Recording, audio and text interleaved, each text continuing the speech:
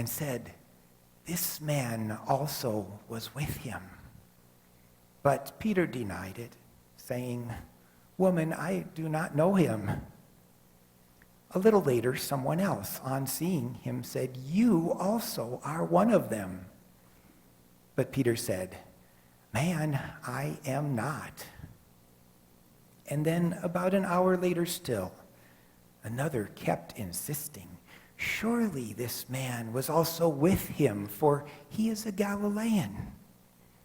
But Peter said, "Man, I do not know what you are talking about." At that moment, while Peter was still speaking, the cock crowed. The Lord turned and looked at Peter. Then Peter remembered the word of the Lord, how he had said to him, "Before the cock crows today, you will deny me 3 times." And Peter went out and wept bitterly.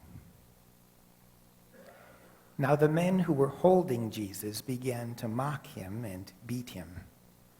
They also blindfolded him and kept asking him, "Prophesy, who is it that struck you?" They kept heaping many other insults on him. When day came, the assembly of the elders of the people, both chief priests and scribes, gathered together. And they brought him to their council. They said, "If you are the Messiah, tell us." He replied, "If I tell you, you will not believe. And if I question you, you will not answer. But from now on, the Son of Man will be seated at the right hand of the power of God." All of them asked, "Are you then the Son of God?" He said to them, "You say that I am." Then they said, "What further testimony do we need? We have heard it ourselves from his own lips." Then the assembly rose as a body and brought Jesus before Pilate.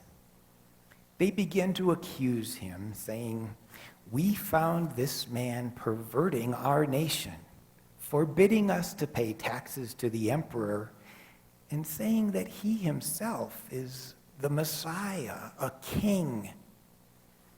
And then Pilate asked Jesus, "Are you the king of the Jews?" He answered, "You say so." Then Pilate said to the chief priests and the crowds, "I find no basis for an accusation against this man." But they were insistent and said, "He stirs up the people by teaching throughout all Judea, from Galilee, where he began, even to this place." When Pilate heard this, he asked whether the man was a Galilean. And when he learned that he was under Herod's jurisdiction, he sent him off to Herod, who was himself in Jerusalem at that time. When Herod saw Jesus, he was very glad, for he had been wanting to see him for a long time, because he had heard about him and was hoping to see him perform some sign. He questioned Jesus at some length, but Jesus gave him no answer. The chief priests and the scribes stood by, vehemently accusing him. Even Herod with his soldiers treated him with contempt and mocked him. Then he put an elegant robe on him and sent him back to Pilate. That same day, Herod and Pilate became friends with each other. Before this, they had been enemies. Pilate then called together the chief priests, the leaders, and the people, and he said to them, "You brought me this man as one who was perverting the people. And here I have examined him in your presence and have found no guilt in this man of any charges against him. Neither has Herod, for he sent him back to us. Indeed, He has done nothing to deserve death. I will therefore have him flogged and release him." Then all of them shouted together, "Away with this fellow! Release Barabbas for us." Barabbas was a man who had been put in prison for an insurrection that had taken place in the city and for murder. Pilate, wanting to release Jesus, addressed the people again. "Why? What evil has he done?" They kept shouting, "Crucify him, crucify him." Pilate said, "I have found in him no ground for the sentence of death. I will therefore have him flogged and release him." But they kept urgently demanding with loud shouts that he should be crucified, and their voices prevailed. So Pilate gave his verdict that their demand should be granted. He released the man they asked for, the one who had been put in prison for insurrection and murder, and he handed over Jesus as they wished. As they led him away, they seized a man, Simon of Cyrene, who was coming from the country, and they laid the cross on him and made him carry it behind Jesus, for Jesus was too weak. A great number of people followed him, and among them were women who were beating their breasts and wailing for him. But Jesus turned to them and said, "Daughters of Jerusalem, do not weep for me, but weep for yourselves and for your children. For the days are surely coming when they will say, 'Blessed are the barren, and the wombs that never bore, and the breasts that have never nursed.' Then they will say to the mountains, 'Fall on us,' and to the hills, 'Cover us.' For if they do this when the wood is green, what will happen when it is dry?" 2 others also, who were criminals, were led away to be put to death with Jesus. When they came to the place that is called the Skull, they crucified Jesus there with the criminals, one on his right and one on his left. Then Jesus said, "Father, forgive them, for they do not know what they are doing." And they cast lots to divide his clothing.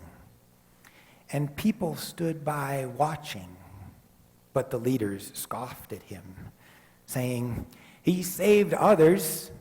Let him save himself, if he is the Messiah of God, his chosen one." The soldiers also mocked him, coming up and offering him sour wine and saying, "If you are the King of the Jews, save yourself." There was also an inscription over him, "This is the King of the Jews." One of the criminals who were hanged there kept deriding him and saying, "Are you not the Messiah? Save yourself and us." But the other criminal rebuked him, saying, "Do you not fear God, since you are under the same sentence of condemnation?